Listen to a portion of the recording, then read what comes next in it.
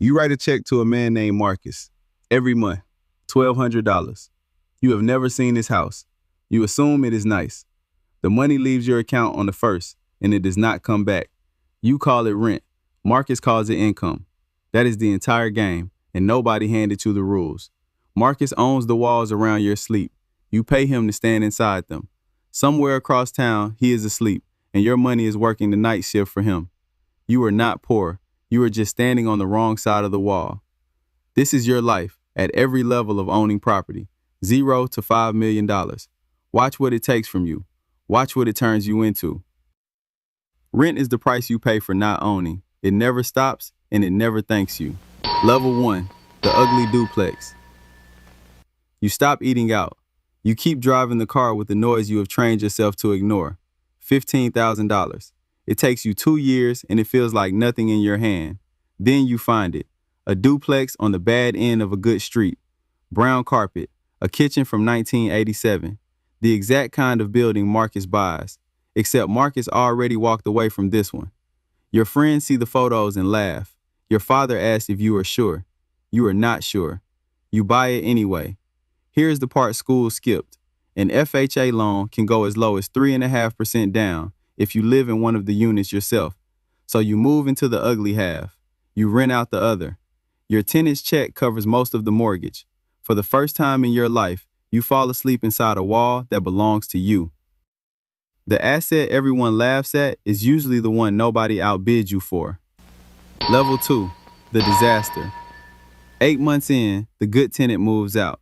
The next one does not pay, then does not leave, then leaves anyway, and takes the appliances and most of one wall with them. A contractor named Dale walks the unit, sucks his teeth, and says $9,000. You have 4. You sit on the brown carpet that is now your brown carpet, and you do the math that says you were a fool. You almost call an agent.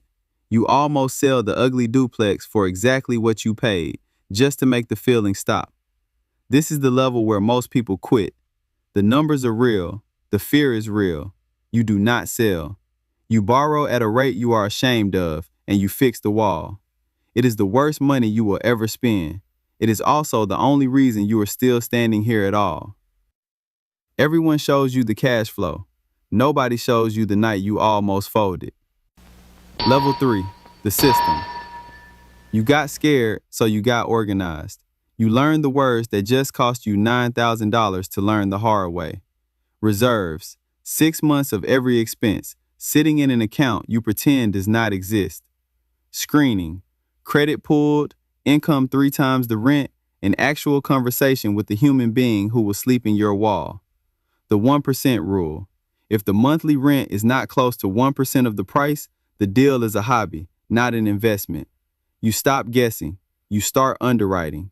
And the ugly duplex, the one you nearly sold in a panic, has quietly climbed in value while the neighborhood grew up around it. The mistake becomes the cornerstone. Nobody is laughing at the photos anymore. You do not get paid for the work. You get paid for the systems that survive your absence. Level 4, the refinance. Now you have a method, and the method has a name. Buy, rehab, rent, refinance, repeat. You buy the next wreck with cash and credit. You fix it, you fill it. Then the bank hands most of your money back. A cash out refinance, usually up to about 75% of the new value. You pull your capital out, the tenants keep paying down the loan, and you go do it again. 1 door becomes 3. 3 becomes 7. On the outside, nothing about you has changed. Same car, same noise. But on the first of every month, 7 checks arrive, and not one of them has the name Marcus on it. Leverage is a tool. A tool does not care which direction you point it. Level 5, the portfolio. 12 units, then 20. You hire a property manager named Renata, who is better at this than you ever were, and you pay her 8% to never call you on a Sunday. You finally learn the math that runs the whole machine. Cash flow is the rent minus the mortgage, the taxes, the insurance, the maintenance, the empty months, and Renata's cut. And if a deal only works when nothing goes wrong, it does not work, because you have watched things go wrong. You build for the bad month. never the good one. Marcus, it turns out, only ever owned 4 units. You passed him years ago. He does not know your name. Amateurs count the rent. Owners count what is left after everything that can break, breaks. Level 6, the top. $5 million in property. 70% of it owed to banks who are delighted to have you. On paper, you are the thing your father could not picture. You sleep inside a wall you own, behind a gate you own, on a street where nobody laughs at your car, because nobody can see it. And here is what no one warned you about at the top. It is quiet up here. The fear that drove you for 10 straight years has run out of fuel. The friends who laughed have stopped calling, not from envy, just from distance. You won the game by becoming the man you used to write checks to. You are Marcus now, and for the first time, you wonder if Marcus was lonely too. Wealth does not change the view. It just removes everyone who used to stand in it. The letter. 1/1 of the month. For a reason you cannot name, you sit down and you write a check. $1,200. You do not mail it. You just look at it. The exact number that used to leave your account and never come home.